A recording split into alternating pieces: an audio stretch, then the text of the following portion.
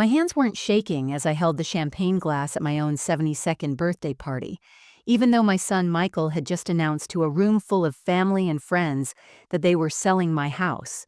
The words hung in the air like a death sentence.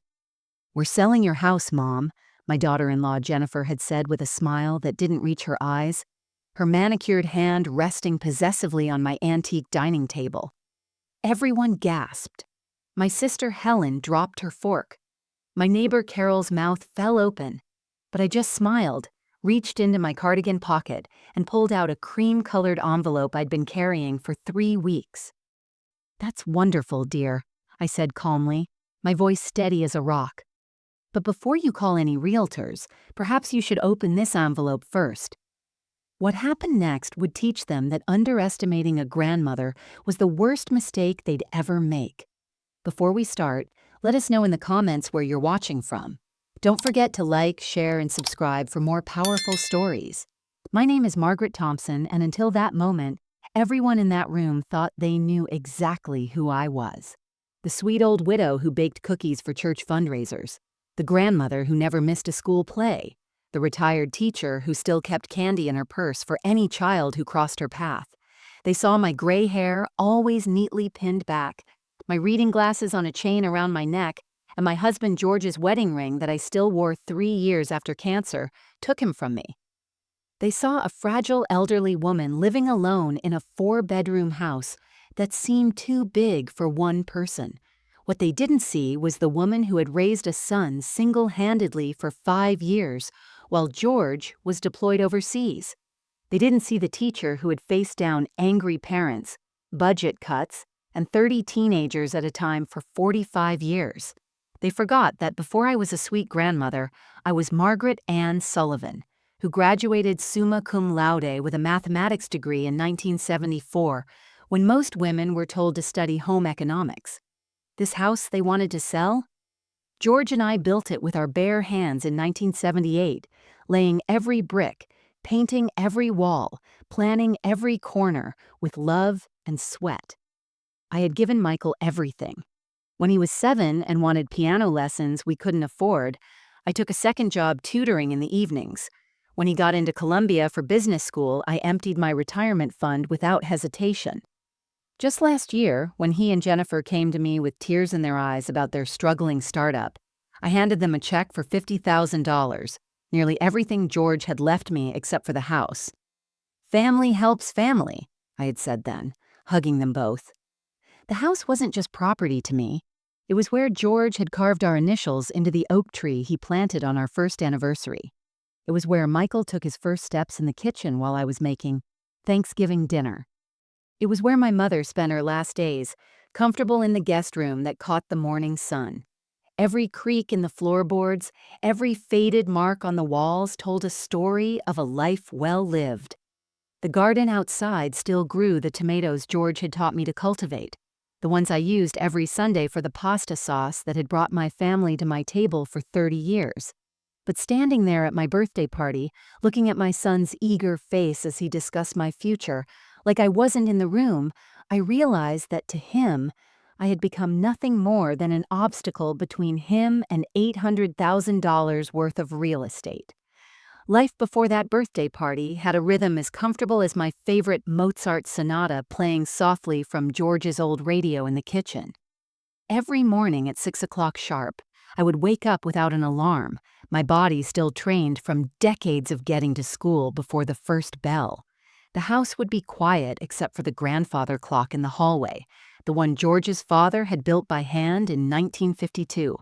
I'd pad downstairs in my slippers, the same powder blue ones Michael had given me 3 Christmases ago, and start my day the way I had for 46 years of marriage and 3 years of widowhood since.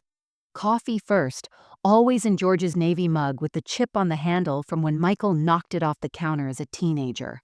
2 sugars, a splash of cream, just the way George taught me to make it during our honeymoon in that little cabin in Vermont. I'd stand at the kitchen window watching the cardinals visit the feeder George installed the year before he got sick. "Margaret," he'd said, drilling into the oak tree, "these birds will keep you company when I can't." He was right. Those cardinals came every morning, faithful as clockwork. By 7, I was in the garden, tending to what the neighborhood kids called Mrs. Thompson's magical garden. 28 tomato plants, each one started from seeds I'd saved from the previous year's harvest.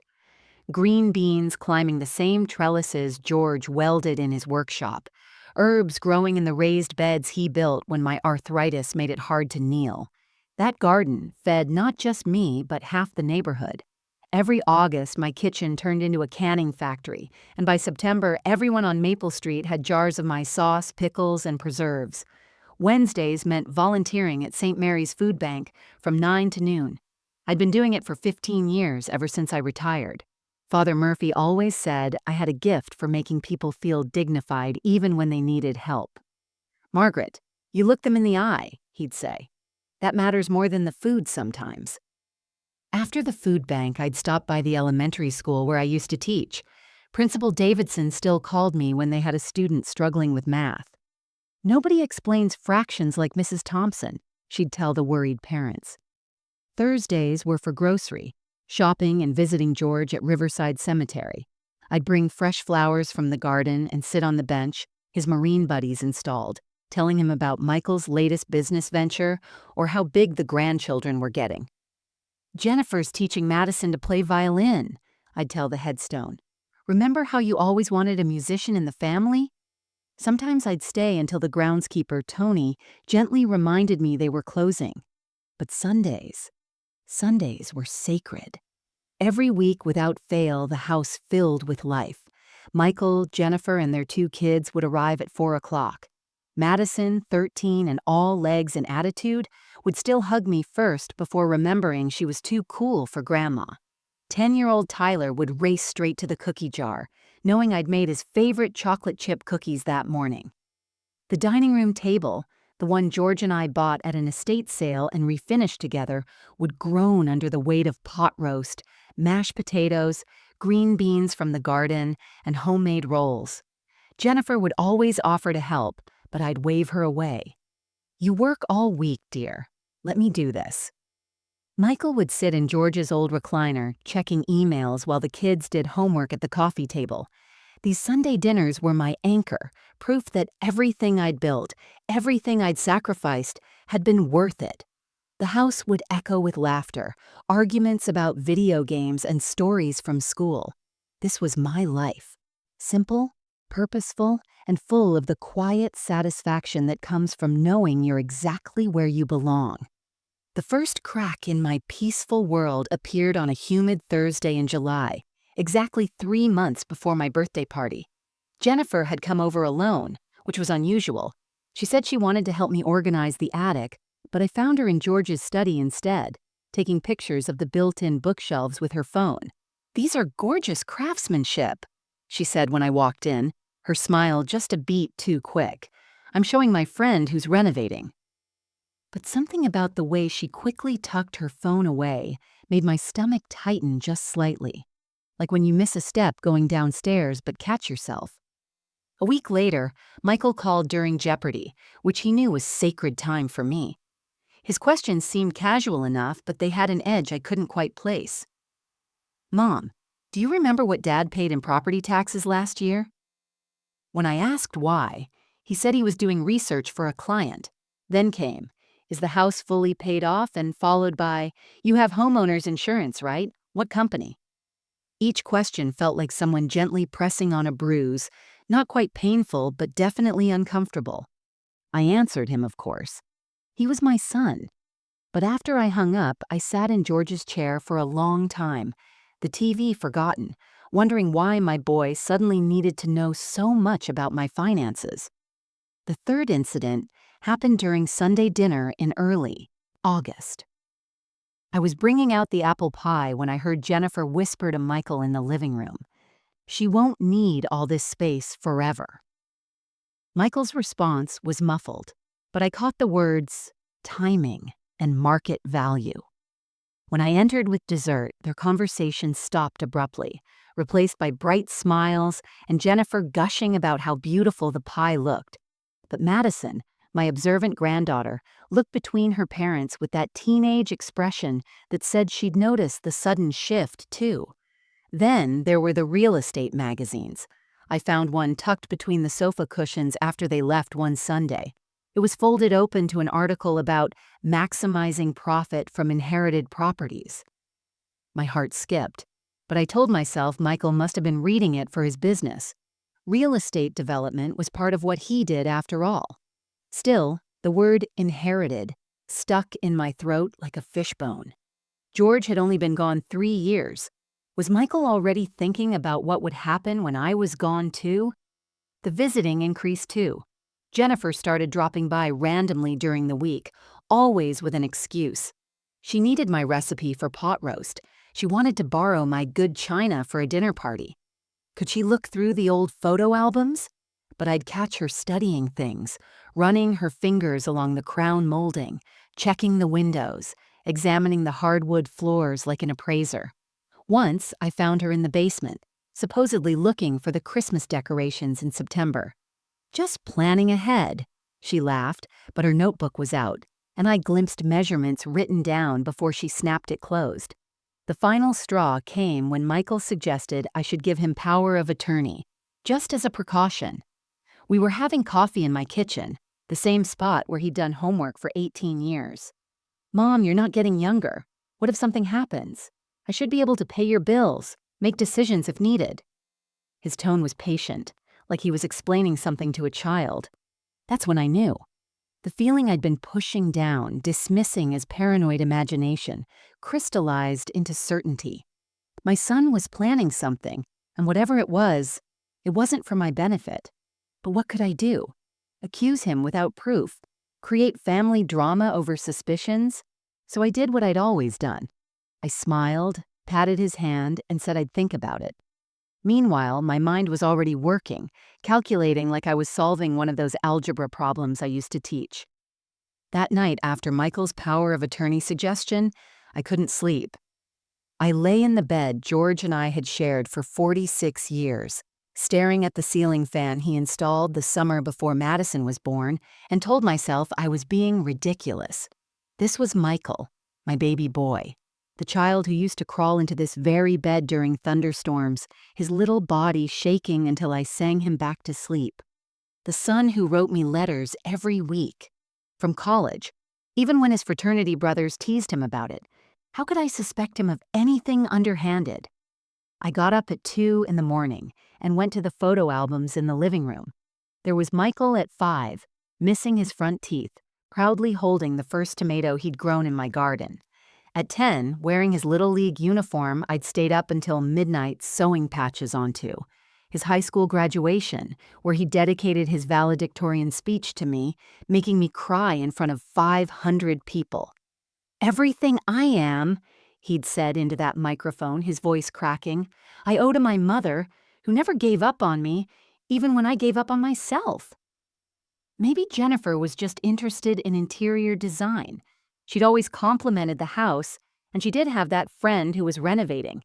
Young people today document everything with their phones. It didn't mean anything sinister. And the financial questions? Michael was a financial advisor. Of course, he'd want to ensure his mother's affairs were in order. He was being a responsible son, looking out for me. George would be proud of him for taking care of me. That's what I told myself as I made chamomile tea at 3 in the morning, my hands shaking slightly as I poured the honey. I remembered when Michael brought Jennifer home for the first time, Thanksgiving 2009. She'd been so nervous she'd dropped the green bean casserole on my kitchen floor.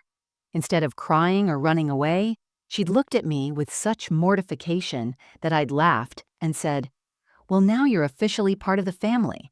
Everyone drops something their first Thanksgiving here." She'd hugged me then, really hugged me, and whispered, "Thank you for raising such a wonderful man." How could that same woman be plotting against me? The next morning, I called my sister Helen in Florida. Without mentioning my suspicions, I casually brought up the subject. "Do your kids ask about your house?" I asked. Helen laughed. "All the time. They want to make sure I'm not going to leave everything to the cats. It's normal, Margaret. They worry about us." See? Normal. Just children being concerned about their aging parents. I was 72 after all. It was natural for Michael to think about these things. I spent the next week actively dismissing every suspicious sign. When I caught Jennifer measuring the windows in the guest room, I convinced myself she was thinking of making curtains for me as a birthday gift. When Michael asked about the deed to the house, I told myself he wanted to ensure all the paperwork was in order, nothing more. When I overheard him on the phone saying, 6 months maximum, I assumed he was talking about a business deal, not about me. But it was exhausting. This constant mental gymnastics.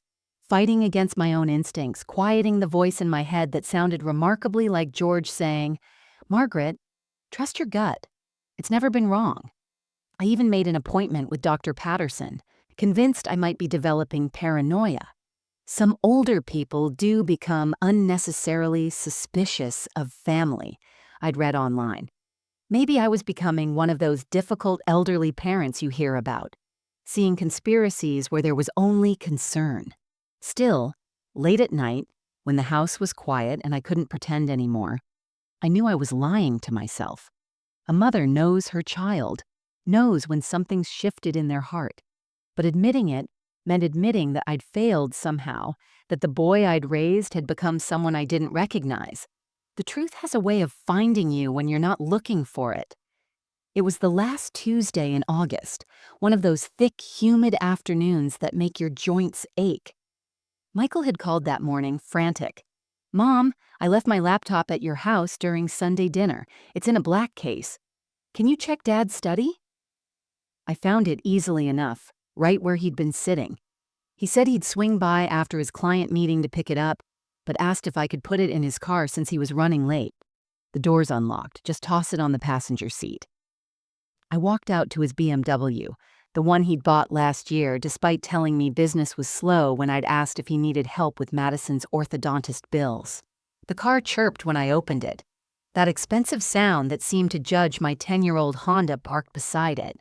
I placed the laptop carefully on the leather seat, but my reading glasses chose that exact moment to slip off my nose, clattering into the space between the seat and the center console. Reaching down to retrieve them, my fingers brushed against something else. A manila folder thick with papers wedged deep in the crevice. It must have slipped down there from the passenger seat. I wouldn't have pulled it out, wouldn't have looked, except I saw my name through the transparent plastic cover. Margaret Thompson typed in bold letters on what looked like an official form.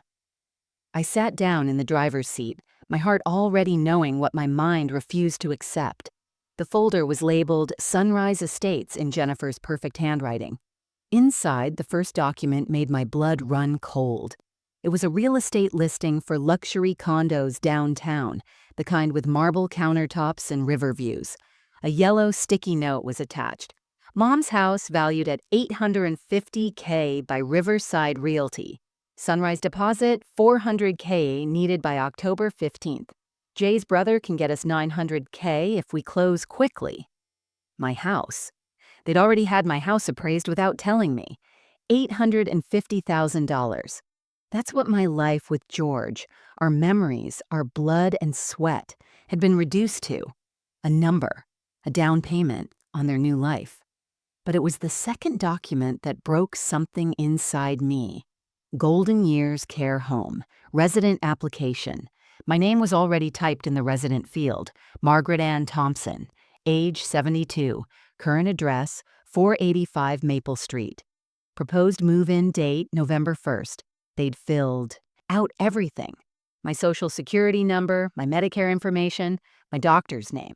Under reason for admission, someone had written, early stages of cognitive decline, inability to maintain household. Cognitive decline? I had to read it 3 times. I still did the New York Times crossword in pen. I tutored calculus students. Last month, I'd caught an error in my bank statement that saved me $300. But they'd already decided I was losing my mind. It was the perfect excuse, wasn't it? Who would question a concerned son moving his confused elderly mother to a care facility? The room they'd selected was a standard single, 300 square feet.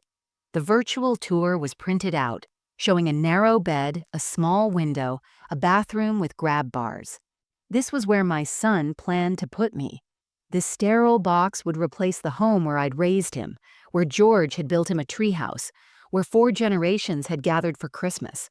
There were more papers, email printouts between Michael and Jennifer. She won't go willingly. We have the deed, that's what matters. Dr. Patterson might write a letter if we explain our concerns. My own doctor, who I'd trusted for 15 years, was potentially in on this. And there at the bottom, a business card for an elder law attorney specializing in difficult transitions and resistant seniors. I sat in that car for 20 minutes, not crying, just staring at the papers that proved my son saw me as nothing but an obstacle to his financial goals. I waited 2 days before confronting Michael. 2 days of pretending everything was normal while those documents burned like acid in my mind. I made copies first, hiding them in George's old toolbox in the basement, then called Michael Thursday morning. "Come over for lunch," I said, keeping my voice steady.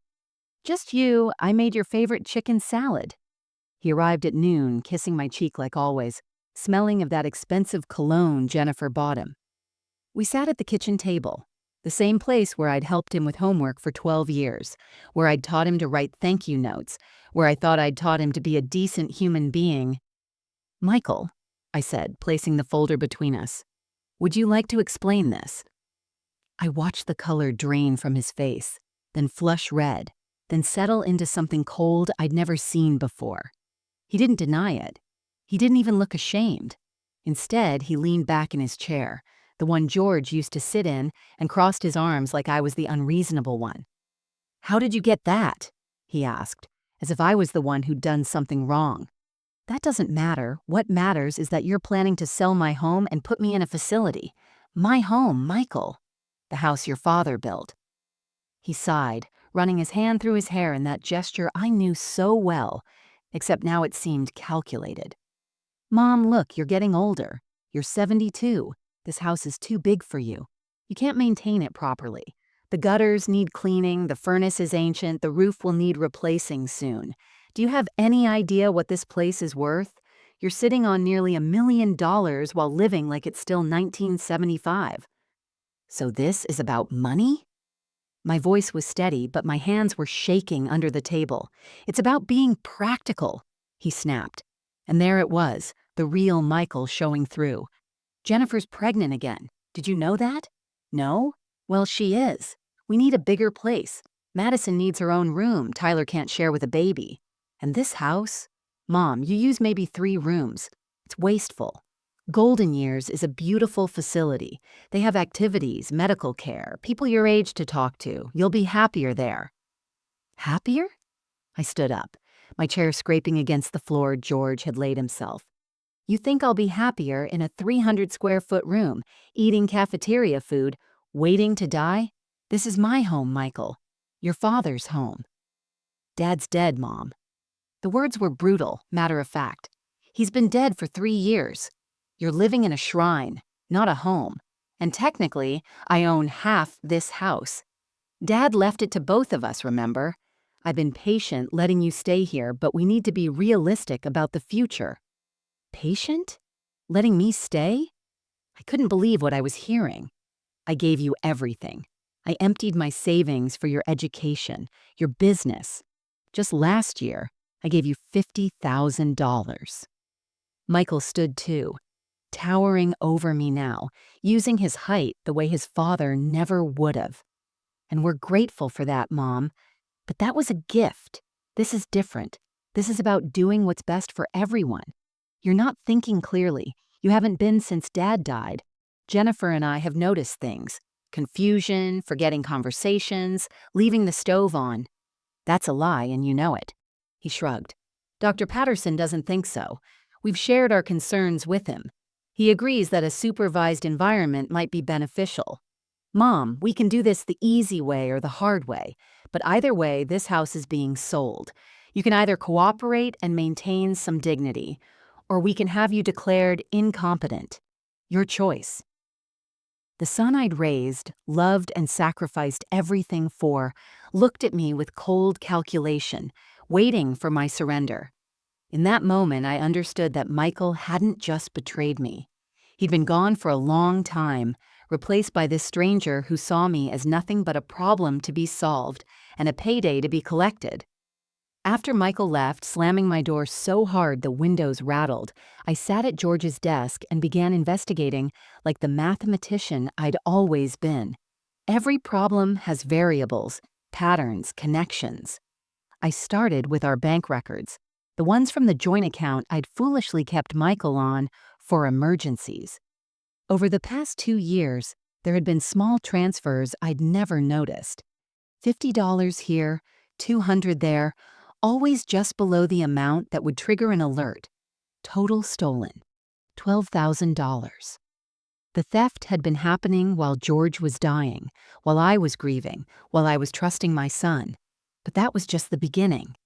I called Tom Harrison, our family lawyer who'd helped with George's will. "Tom, did Michael ever contact you about the house deed?" There was a long pause. "Margaret, he said you knew. He brought Jennifer as a witness, said you wanted to add him for tax purposes, that you were having memory issues, and kept forgetting the conversation." The transfer had happened 6 months after George died, when I was taking sleeping pills, barely functional. They'd slipped papers in with routine documents, gotten my signature when I was medicated and grieving. The conspiracy went deeper. Jennifer's brother, Robert, was a real estate developer known for flipping historic homes into modern monstrosities. I found his company website, and there it was, in the upcoming projects section. Maple Street, Victorian. Full renovation planned Q4 2024. My house was already being advertised, already being carved up in their imagination. The plans showed my home gutted, divided into 2 luxury units. George's workshop would become a wine cellar. My garden would be a parking area. I discovered Michael had been talking to my neighbors too. Mrs. Chen next door mentioned he'd asked about their property values, whether they'd considered selling. He was planning something bigger than just my house. He wanted to buy the whole corner, demolish everything, and build a complex. "Your son said you were moving to Florida," Mrs. Chen told me. "Said you'd already picked out a condo near your sister." I'd never even discussed Florida with Michael. The Golden Years facility revealed another layer. It wasn't just any retirement home. Jennifer's cousin was the admissions director. They'd get a referral bonus for bringing me in, plus a discount on the already inflated monthly rate they'd pay with my Social Security and pension. I called pretending to be interested in placement for my elderly mother. The woman who answered knew my name before I gave it. "Oh, Mrs. Thompson, Michael said you might call. We have your room all picked out." Dr. Patterson's involvement hurt the most. I'd trusted him with my health for 15 years.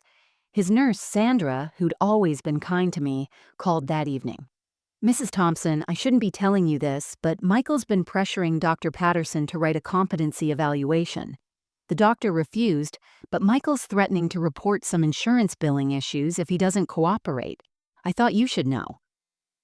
Even my medical care had become a weapon against me. The financial trail revealed more. Michael's business wasn't just slow, it was failing. He owed $300,000 in business loans, personally guaranteed. Jennifer had maxed out credit cards I found traces of in their mail that still came to my house occasionally. They weren't just greedy, they were desperate. My house wasn't an opportunity to them. It was their lifeline, their only way out of a financial disaster they'd created. I found one final document that chilled me. A life insurance policy Michael had tried to take out on me 6 months ago, with himself as beneficiary. The application had been denied because I hadn't taken the required medical exam, but the intent was clear. If they couldn't get me out of the house alive, they'd profit from my death. My son hadn't just betrayed me. He'd been planning my disposal financially and physically for years. That night, I broke completely. I made it to George's workshop in the basement before my legs gave out, collapsing onto the wooden stool where he used to sit while teaching Michael to whittle. The smell of sawdust and motor oil still lingered, even after 3 years. My sobs came from somewhere so deep I didn't know it existed, raw and primal, the kind of crying that makes your whole body convulse. I hadn't cried like this when George died. I'd been strong then, holding Michael while he wept at the funeral. Now I cried for both losses, my husband and my son. Except Michael was worse because he was still alive, walking around in the body of the boy I'd loved, wearing his face like a mask. I picked up the wooden train George had been making for Tyler before the cancer took his strength, half finished, waiting for hands that would never complete it. "You were wrong, George," I whispered to the empty room. "You said Michael would take care of me. You made him promise at the hospital, remember? He held your hand and swore he'd look after me." The memory of that moment, Michael crying, promising his dying father he'd protect me, making me sob harder. Had he been lying even then, standing at his father's deathbed? The photographs on George's workbench mocked me. Michael at 8, holding up a birdhouse they'd built together, his gap-toothed grin pure joy. The two of them at Michael's Eagle Scout ceremony, George so proud he couldn't stop crying. Father and son at Michael's college graduation, arms around each other, looking like brothers. When had that loving boy become a man who saw his mother as an ATM and an obstacle? I remembered the sacrifices with brutal clarity. The year Michael needed braces, I'd worn the same 3 dresses to work for 2 years, telling myself fashion didn't matter. When he wanted to go to space camp, I'd sold my mother's pearl necklace, the one she'd worn at her wedding. I'd driven a dying car for 5 extra years so he could have a reliable one for college. I'd skipped my 40th wedding anniversary trip to Hawaii because Michael needed help with his first business venture. Family first, I'd always said. George had wanted to take that trip so badly, but I'd convinced him Michael needed us more. I found myself on the floor, holding the photo from Michael's wedding. I'd given them $20,000 for that wedding, money George and I had saved for retirement.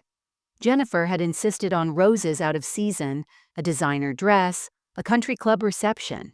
I'd handed over our savings without hesitation because I wanted Michael to be happy. In the photo, I'm smiling beside them, wearing a dress I'd borrowed from Helen because I couldn't afford a new one after paying for everything else. Jennifer's family had contributed nothing, claiming financial hardship. Now I knew where Michael learned to see me as a bank. "You stupid, stupid woman," I told myself, my voice harsh in the empty workshop. "You gave him everything and created a monster. This is your fault. You never taught him consequences, never let him struggle, never said no." The self-blame was almost worse than the betrayal. Every time I'd bailed him out, covered his mistakes, made his life easier, I'd been teaching him that I existed only to serve his needs. I stayed in that workshop until dawn, surrounded by George's tools and our shattered dreams. At one point, I considered taking all those sleeping pills left from George's illness, just ending it. What was the point? My husband was dead. My son was a stranger who wished I'd disappear, and I was 72 years old, alone in a house that would soon be demolished. The bottle was in my hand when I heard the cardinal at the window, tapping at the glass like George used to tap when he'd forget his keys. That bird, faithful every morning, expecting its breakfast. Even in my despair, I couldn't let it down. At 5:47 a.m., still sitting on George's workshop floor, something shifted inside me. The crying stopped as suddenly as it had started, replaced by a strange calm. I stood up slowly, my knees protesting after hours on the cold concrete, and caught my reflection in George's old tool cabinet mirror. My face was swollen, eyes red, hair a mess. But behind the wreckage, I saw something else. The woman who'd put herself through college, working 3 jobs. The woman who'd faced down a school board trying to cut the math program. The woman who'd given birth to Michael after 36 hours of labor, refusing pain medication because it might affect the baby. "You're Margaret Ann Sullivan Thompson," I said to my reflection, my voice growing stronger with each word. "You graduated summa cum laude. You raised a son alone while your husband served overseas. You taught algebra to thousands of kids who said they couldn't learn math. You nursed George through 2 years of cancer without breaking. I straightened my spine, the same way I used to before walking into a classroom full of skeptical teenagers. And you're gonna fight. I walked upstairs to George's study, each step more determined than the last. His law books were still on the shelf, dusty but intact. Corporate law, real estate law, elder law, contract theory. George had gotten his law degree at night school while working construction, graduating at 45. He'd never practiced, but he loved the knowledge, the power of understanding how the system worked. Knowledge is ammunition, he used to say. Well, I was about to become an arsenal.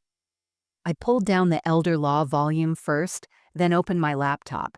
By the time the sun was fully up, I'd learned about financial elder abuse, undue influence, and fraudulent transfer of deeds. Michael thought I was just a confused old woman who baked cookies.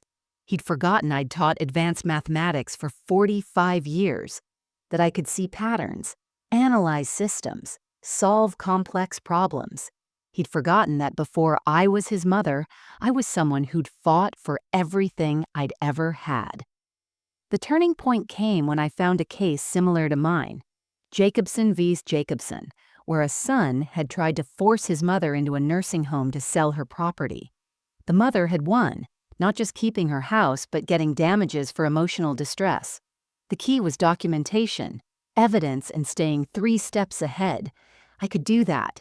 I'd spent decades anticipating what 30 teenagers might do to derail a lesson plan. One greedy son and his accomplice wife. Child's play. I made coffee in George's navy mug strong and black this time, no sugar to soften it. Then I sat at his desk and started making lists, the way I used to plan a semester's curriculum. What I knew, what I could prove, what I needed to discover. Who might help me? Who was against me? The list of allies was short, but it didn't need to be long. It just needed to be smart. George, I said to his photograph on the desk, the one from our 40th anniversary, both of us laughing at some joke I couldn't remember. Remember when Madison was 5 and she asked why you were building that fence?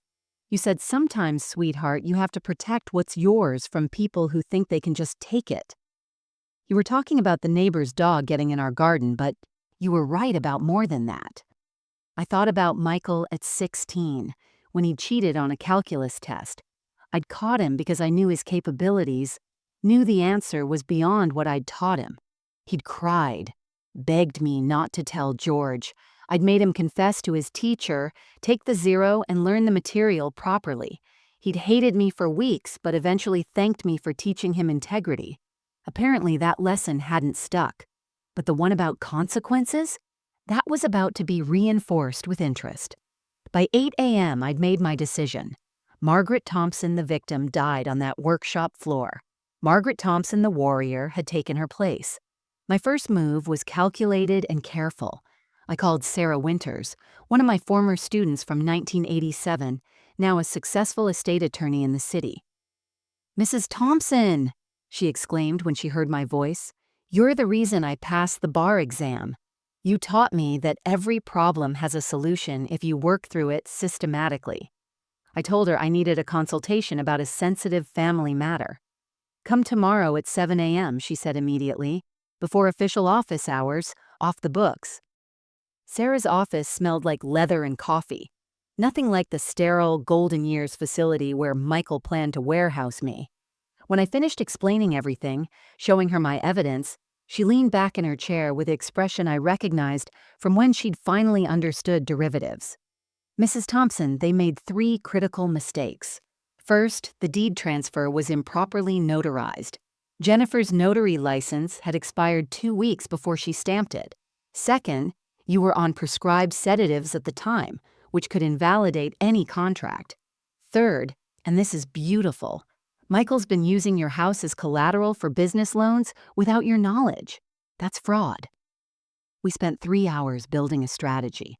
Sarah would file paperwork to void the deed transfer immediately, but quietly, without alerting Michael.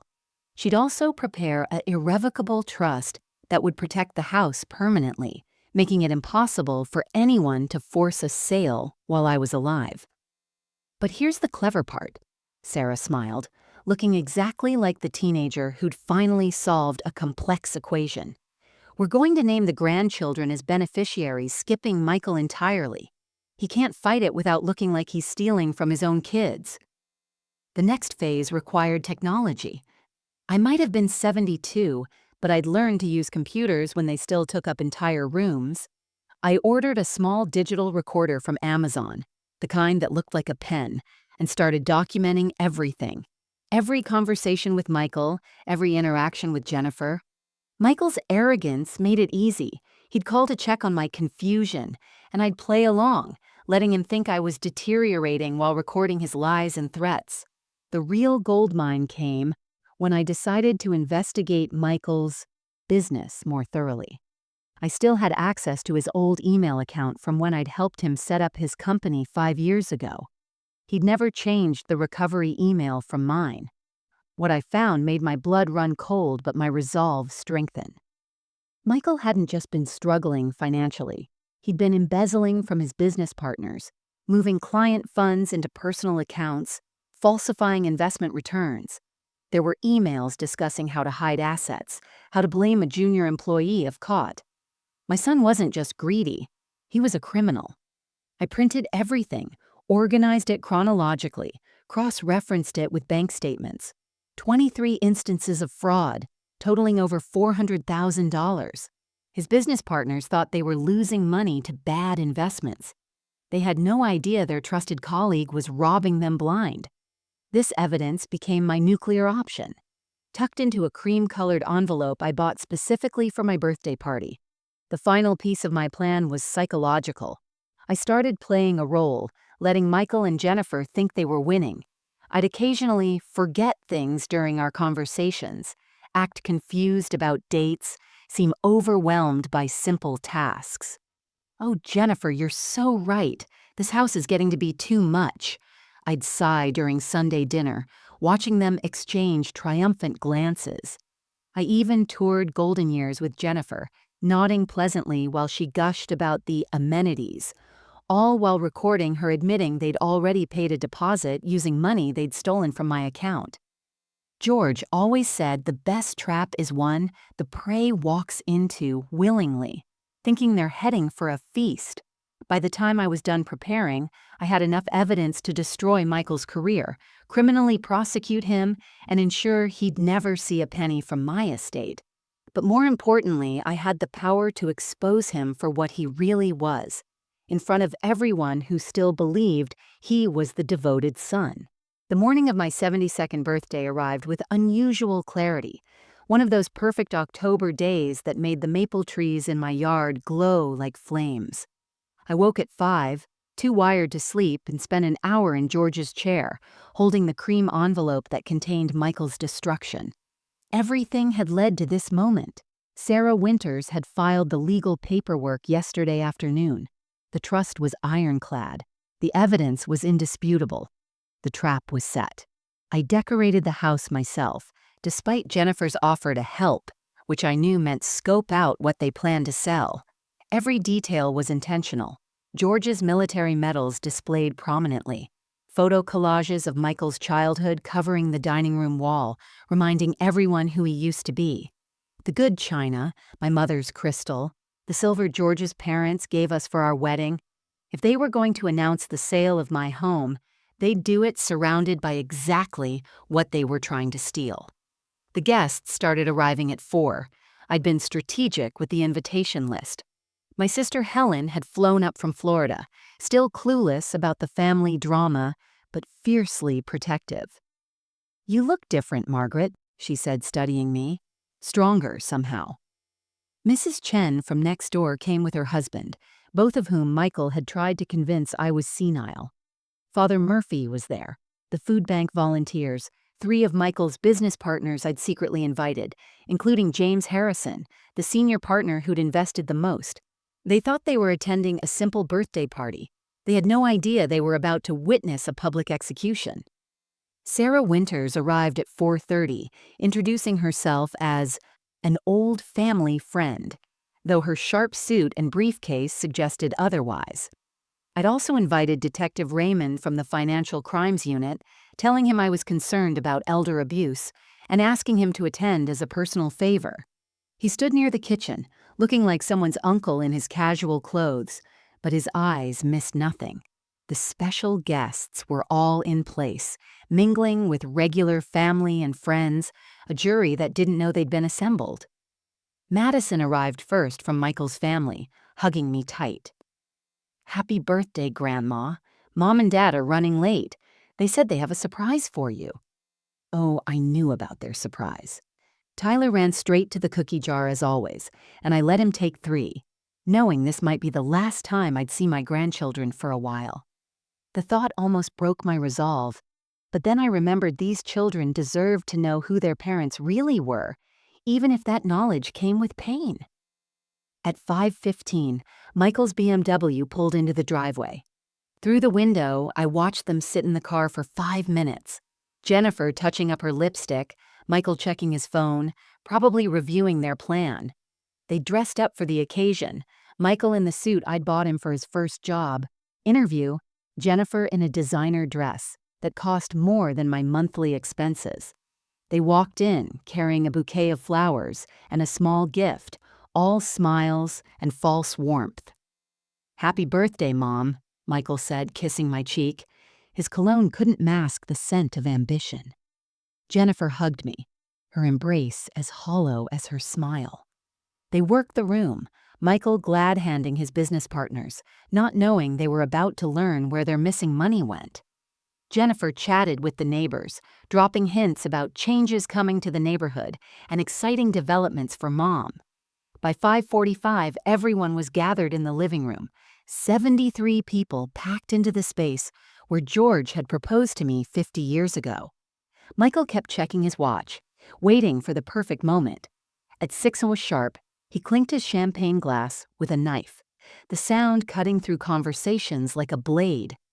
"Everyone, can I have your attention?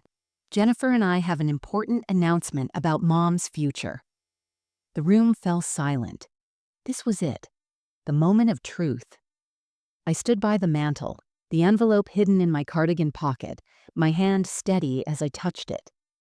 "Go ahead, Michael," I said, my voice carrying the same authority that once commanded classrooms.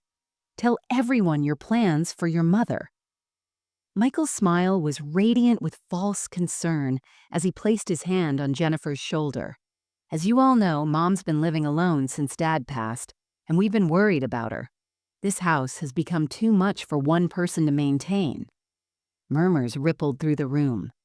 "So Jennifer and I have made the difficult decision. We're selling Mom's house to ensure she gets the care she needs. We found a wonderful facility called Golden Years, where—" "Michael," I interrupted, my voice cutting through his performance like a mathematics proof through a faulty hypothesis. "Before you continue, would you please open this envelope?" I pulled it from my cardigan, cream-colored and innocent-looking, holding it out to him. I prepared something special for today. He hesitated, his confidence flickering. "Mom, we should discuss—" "Open it," I said, louder this time. "In front of everyone, unless you have something to hide?" Jennifer's face had gone pale. She knew something was wrong, but Michael, arrogant to the end, took the envelope with a patronizing smile. "Of course, Mom. Whatever makes you happy." He opened it with theatrical patience, pulling out the first document. His face went from patronizing to confused to horrified in 3 seconds. "Read it," I commanded. "Out loud. You seemed eager to make announcements about my future. Let's discuss yours." "This is," he stammered. "The first document is a new deed and trust, filed yesterday, placing my house in an irrevocable trust for Madison and Tyler, with Sarah Winters as executor." Sarah stepped forward, briefcase in hand. "Your children will inherit this house when I pass, Michael. Not you, not Jennifer, never you." Gasps echoed through the room. James Harrison, Michael's senior partner, stepped closer, suddenly very interested. Michael's hands shook as he saw the next document. "Keep reading," I instructed. "Tell everyone about the second document." This is private. Private? My voice boomed with 45 years of classroom authority. Like the $12,000 you stole from my account while I was grieving? Like the secret appraisal you had done on my house? Read it or I will. Detective Raymond had moved closer, his casual demeanor replaced with professional interest. Michael's voice cracked as he read, "Evidence of embezzlement from Harrison, Wade, and Associates, documented transfers totaling—" He stopped, looking at James Harrison with terror. $417,000, I finished for him.